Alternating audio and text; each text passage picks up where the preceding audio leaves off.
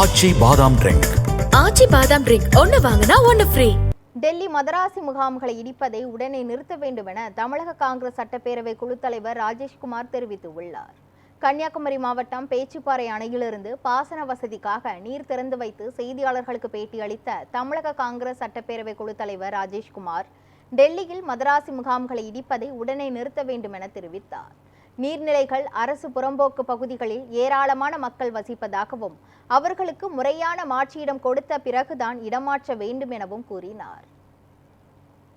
யூபியில என்ன பண்ணாங்க, அதாவது மக்களை எப்படி அப்புறப்படுத்தினாங்க, அங்க இருக்கக்கூடிய பாமர மக்களுடைய வீடுகளை இடிச்சாங்க. அது மக்கள் தான் தக்க பதிலடியை கொடுப்பாங்க. ஆனா இதையெல்லாம் உடனடியாக அவர்கள் நிறுத்தி கொள்ள வேண்டும். ஏன்னா மக்கள் இன்னைக்கு இருக்கக்கூடிய நிறைய பேரு நீர்நிலை பகுதிகளில் இருக்காங்க, நிறைய அரசு புறம்போக்குல கூட இருக்கலாம். ஆனால் அந்த ஒரு மக்களை அப்புறப்படுத்துவது என்பது அவர்களுக்கு முறையான நோட்டீஸ் கொடுக்கணும். அதை கொடுத்துதான் அவங்களுக்கு வேற இடம் கொடுத்த பிறகுதான் மாத்தணும்.